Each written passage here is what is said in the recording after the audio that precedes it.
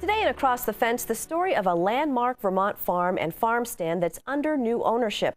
We'll learn how the change occurred and why the issue of transferring farms like this one is critical to the future of agriculture.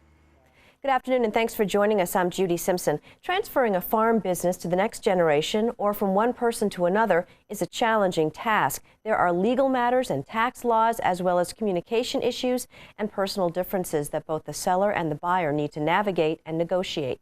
As part of our ongoing series of programs on transferring the farm, we look at the transfer of a well-known farm in Rutland County. Across the Fence's Keith Silva has the story. The name on the barn is more than a sign. It's a legacy of success. The farm had been in the Wood family since 1890. The farm stand in its early incarnation was a restaurant and also cabins where places used to come and stay from the big city of Rutland. John Satz is the first person not named Wood to own Wood's Market Garden in Brandon.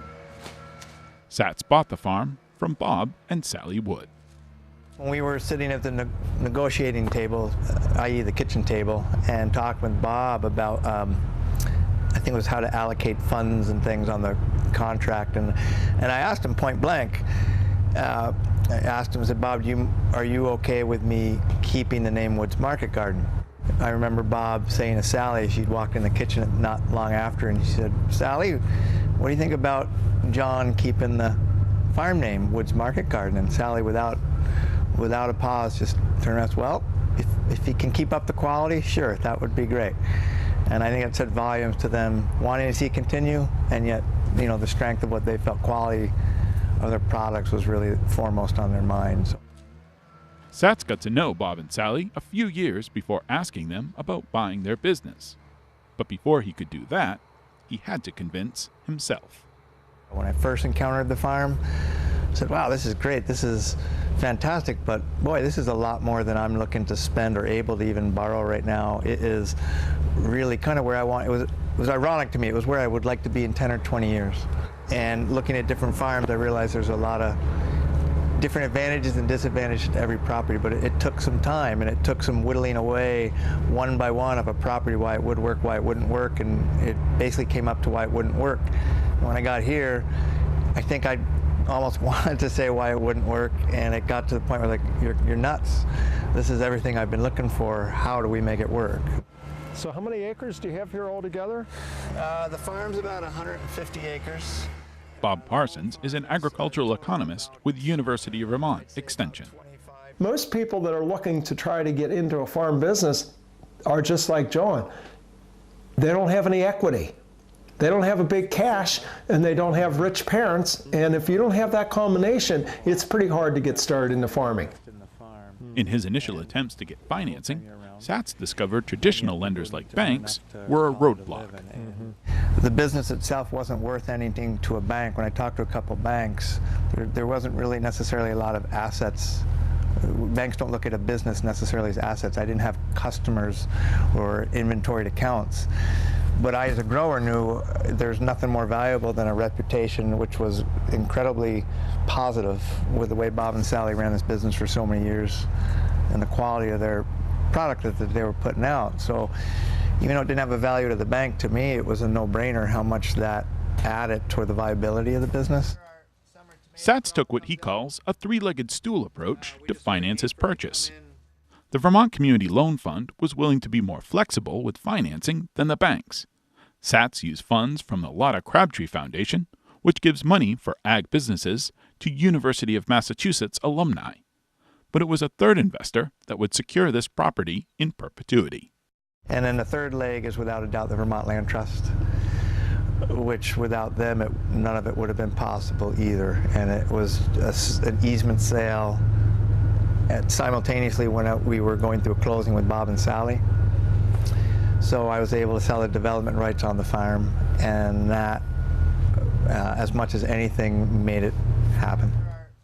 Before the farm was sold, Satz put up greenhouses to prepare for his first season. His willingness to invest in infrastructure demonstrates the faith he had in the sellers, and in turn, the trust the sellers had in their buyer.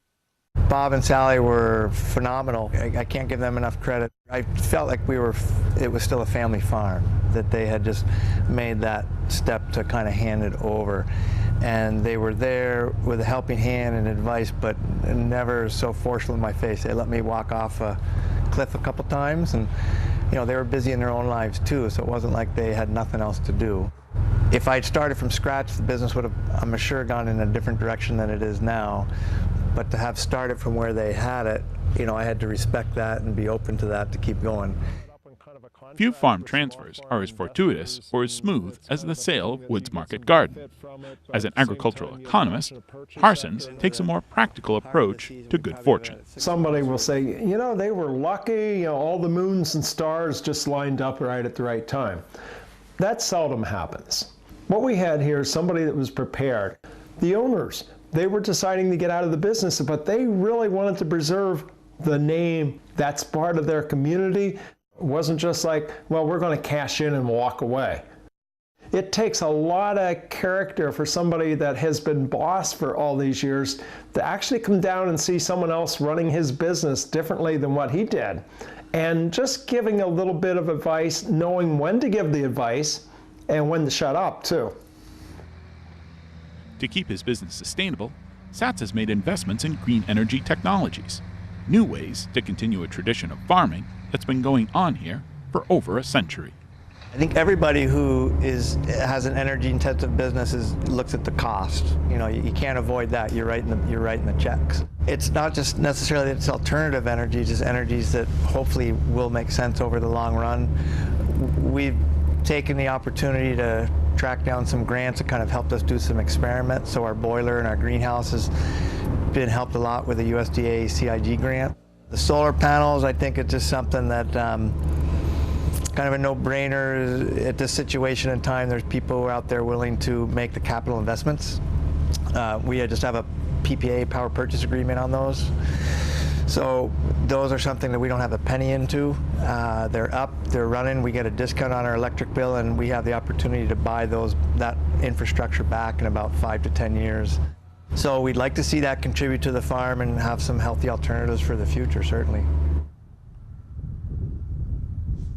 The legacy of Woods Market Garden didn't occur by chance. It took hard work, determination, and a willingness to see things through. It's what happens when preparation meets opportunity. In other words, it's a sign of success. In Brandon, I'm Keith Silva with Across the Fence.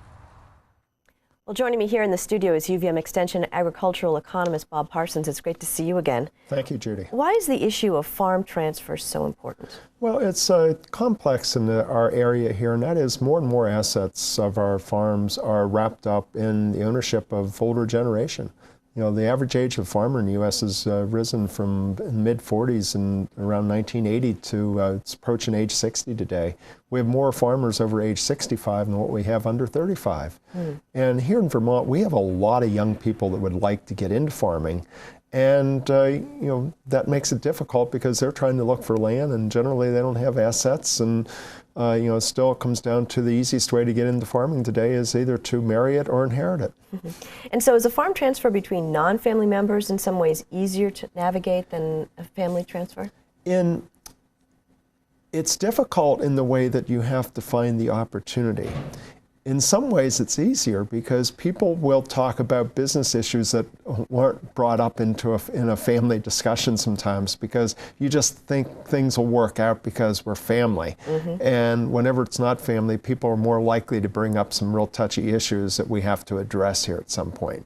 So the key is to find someone who is ready to sell and someone who's ready to buy and has the flexibility to work out the financing, which is like a huge Well, we have a deal. lot of farms, whether they're dairy farms or vegetable farms or other operations across the state, a lot of original organic farms coming up, that the owners have to realize that maybe their children aren't interested in carrying on the operation. And this does provide an opportunity for a younger person to maybe work into that operation. And where it benefits both is it can provide income and maybe part-time employment for the one that's kind of phasing out, and also provide a fantastic opportunity for somebody who wants to get into the business who otherwise has no opportunities or cash or ability to get that initial first step to get into the farming business. What advice do you have for young farmers who are in the position like John when looking for a farm to purchase? Well, one of the big things is you have to be kind of prepared, and you have to look around and don't say, well, I'm looking for a situation that's blue, it's got to be perfect blue, and it's got to be perfect the shape. In the case of what John went through here, he first looked at this farm whenever it was first for sale, and he goes, no, I can't do this. But he had been looking for opportunities for several years. And then he came back to look at it, and then he finally took a little bit different mindset and goes, well, can I make this work? And here's where the term that we use in here, success is where opportunity meets preparation.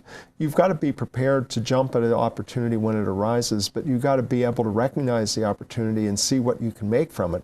I've heard a saying one time that opportunity only knocks, it doesn't kick the door down to get your attention. Right. So you need to be ready to jump, but you have to know what you can do, and also know when to take the opportunity, and also know when to walk away if it doesn't look like it's going to work. Mm-hmm. A little overwhelming. John even said he saw the operation, said that's where I want to be in 10 years, but right now? Right, and he had been looking around for 7 years, and finally it occurred to him. He goes, he had been small farming, he had been employed in the organic sector, he knew a lot of the ins and outs, he had done direct marketing, so he'd been experienced in many things, so he kind of knew what he would like to do. And when this opportunity arose, he goes, well, this isn't exactly what I was looking for, but boy, how often does an opportunity like this come along? Right. And so he jumped on the opportunity. But then the opportunity wasn't just there for an apple to pick. He had to come up with the financing. He had to work it out with the sellers. And he had 3 different types of financing to make this thing work. How important is that, the financing and being creative? It is the whole thing that has to come in, because we have a lot of people that are marketers, we have a lot of people that are producers, but can they manage the finances? If you can't make a profit and you can't find your ability to make money farming, you're not going to be able to pay your bills. There's someone that works with Farm Viability made the comment, he goes, he didn't really worry about the finances until he bought a farm and realized that he had his family's future mortgaged. And he said he had to start taking a look at finances a lot differently, and that was Richard Wiswell, who works with a lot of farmers to help them get started. And you have to understand the finances, because you have monthly payments that you have to make now. And if you take like John, he took over this operation, he had a workforce. He had to meet a payroll every week. And all of a sudden there gets to be a lot of responsibilities, and you're the decision maker. Not just working on the farm, you're the one that's responsible for all this. And so you need to really have a good handle on those finances. And the ability to pay bills as they come due is just so important for any type of business, whether it's a TV station or a dairy farm or a vegetable farm or General Motors. Mm-hmm. And so what advice do you have for folks if they're thinking of the process, if they're older farmers thinking about what we're going to do for the future? What advice do you have for them? Well, for the older generation, there are some matching services out there that try to match some younger generations with some older generations. But an older generation really has to come to the grip with things. Are they really ready to hand the operation over to somebody? Because all too often when these negotiations come in, the younger generation, they want to know just how soon they can start taking over the operation. And here's somebody, a farm family that's been operating this business maybe for 40, 50 years. And they may have taken it over from their previous parents. I mean, this is like their baby. This is their part of the family. Their whole life. Yeah. They just don't give it up too easily. And so, but yet at the same time, they know they need to be flexible, because if they're not flexible, any transfer of that business most likely will fail. And so how can viewers find out more about these programs and proceedings? We have a lot of this information at our website. That's www.uvm.edu/farming. farm transfer. And we have a number of videos there and some other information that is available for farmers. But the biggest thing is people have to be looking for opportunities. They don't just jump out in front of you at night like a moose or something like that. You really have to go and find them and prepare yourself. Training, make out networks, and networking with other farmers and with other producers and farmers markets. And you have to sometimes either make that opportunity work for you. And sometimes you have to ask the question of an older farmer, what would you consider maybe someone taking over your farm operation? And they go, well, I just never thought about it. And maybe the opportunity then can arise. Well, I want to thank you for joining us today. Thank you very much, Judy. That's our program for today. I'm Judy Simpson. We'll see you again next time on Across the Fence. For a video copy of today's program, call toll-free 1-888-ATF-3430.